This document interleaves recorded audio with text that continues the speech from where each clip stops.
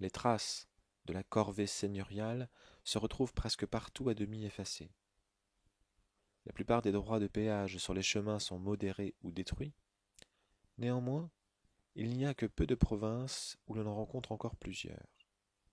Dans toutes, les seigneurs prélèvent des droits sur les foires et sur les marchés. On sait que dans la France entière, ils jouissaient du droit exclusif de chasse. En général, ils possèdent seuls des colombiers et des pigeons.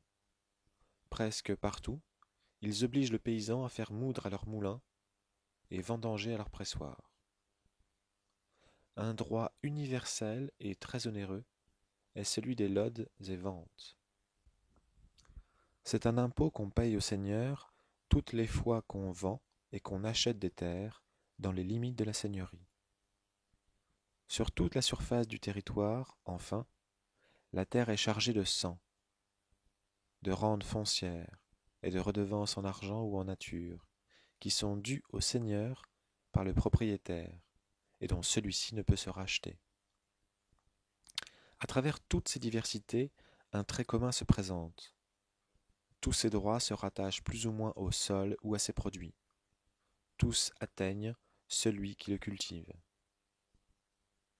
On sait que les seigneurs ecclésiastiques jouissaient des mêmes avantages, car l'Église, qui avait une autre origine, une autre destination et une autre nature que la féodalité, avait fini néanmoins par se mêler intimement à elle. Et bien qu'elle ne fût jamais complètement incorporée à cette substance étrangère, elle y avait si profondément pénétré qu'elle y demeurait souvent comme incrustée. Des évêques, des chanoines, des abbés possédaient des fiefs ou des censives en vertu de leurs fonctions ecclésiastiques. Le couvent avait d'ordinaire la seigneurie du village sur le territoire duquel il était placé. Il avait des serfs dans la première partie de la France, où il y en eut encore. Il employait la corvée, levait des droits sur les foires et marchés, avait son four, son moulin, son pressoir, son taureau banal. Le clergé jouissait de plus en France, comme dans tout le monde chrétien, du droit de dîme. Mais ce qui m'importe ici, c'est de remarquer que dans toute l'Europe, alors, les mêmes droits féodaux, précisément les mêmes, se retrouvaient et que, dans la plupart des contrées du continent, ils étaient bien plus lourds. Je citerai seulement la corvée seigneuriale. En France, elle était rare et douce. En Allemagne, elle était encore universelle et dure. Bien plus, plusieurs des droits d'origine féodale qui ont le plus révolté nos pères, qu'ils considéraient non seulement comme contraires à la justice, mais à la civilisation, la dîme, les rentes foncières inaliénables, les redevances perpétuelles, les lods et ventes, ce qu'ils appelaient dans la langue un peu emphatique du XVIIIe siècle, la servitude de la terre. Toutes ces choses se retrouvaient alors en partie chez les Anglais. Plusieurs s'y voient encore aujourd'hui même.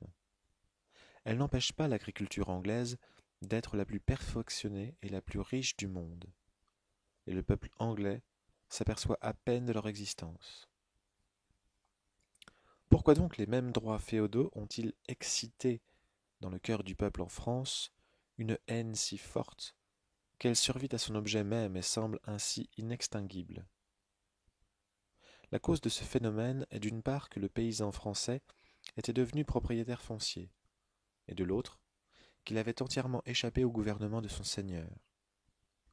Il y a bien d'autres causes encore sans doute, mais je pense que celles-ci sont les principales.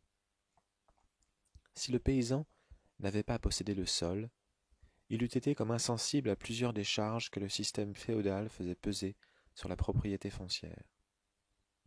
Qu'importe la dîme à celui qui n'est que fermier, il la prélève sur le produit du fermage.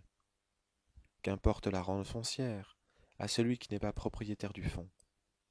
Qu'importe même les gênes de l'exploitation à celui qui exploite pour un autre.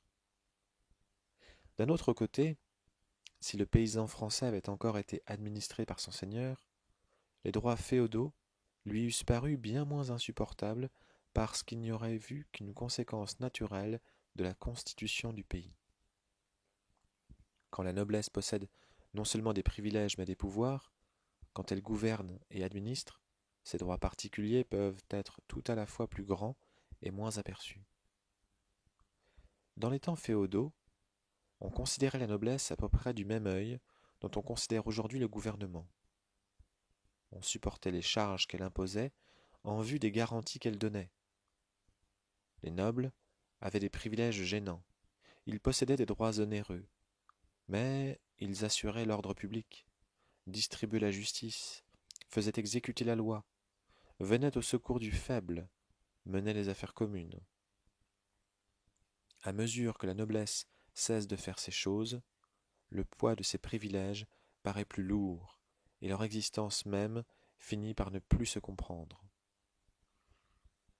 Imaginez-vous, je vous prie, le paysan français du XVIIIe siècle, ou plutôt celui que vous connaissez, car c'est toujours le même.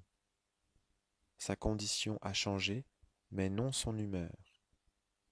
Voyez-le tel que les documents que j'ai cités l'ont dépeint, si passionnément épris de la terre qu'il consacre à l'acheter toutes ses épargnes, et l'achète à tout prix. Pour l'acquérir, il lui faut d'abord payer un droit, non au gouvernement, mais à d'autres propriétaires du voisinage, aussi étrangers que lui à l'administration des affaires publiques, presque aussi impuissants que lui. Il la possède enfin, il y enterre son cœur avec son grain. Ce petit coin du sol qui lui appartient en propre dans ce vaste univers le remplit d'orgueil et d'indépendance. Surviennent pourtant les mêmes voisins qui l'arrachent à son champ et l'obligent à venir travailler ailleurs sans salaire. Veut-il défendre sa semence contre leur gibier? Les mêmes l'en empêchent. Les mêmes l'attendent au passage de la rivière pour lui demander un droit de péage. Il les retrouve au marché, où ils lui vendent le droit de vendre ses propres denrées. Et quand, rentré au logis, il veut employer à son usage le reste de son blé, de ce blé qui a cru sous ses yeux et par ses mains, il ne peut le faire qu'après l'avoir envoyé moudre dans le moulin et cuire dans le four de ces mêmes hommes. C'est à leur faire des rentes que passe une partie du revenu de son petit domaine, et ces rentes sont imprescriptibles et irrachetables. Quoi qu'il fasse, il rencontre partout sur son chemin ses voisins incommodes pour troubler son plaisir, gêner son travail, manger ses produits. Et quand il a fini avec ceux-ci, d'autres, vêtus de noir, se présentent, qui lui prennent le plus clair de sa récolte. Figurez-vous la condition, les besoins, le caractère, les passions de cet homme, et calculez, si vous le pouvez, les trésors de haine et d'envie qui se sont amassés dans son cœur. La féodalité était demeurée la plus grande de toutes nos institutions civiles en cessant d'être une institution politique. Ainsi réduite, elle excitait bien plus de haine encore, et c'est avec vérité qu'on peut dire qu'en détruisant une partie des institutions du Moyen Âge, on avait rendu 100 fois plus odieux ce qu'on en laissait.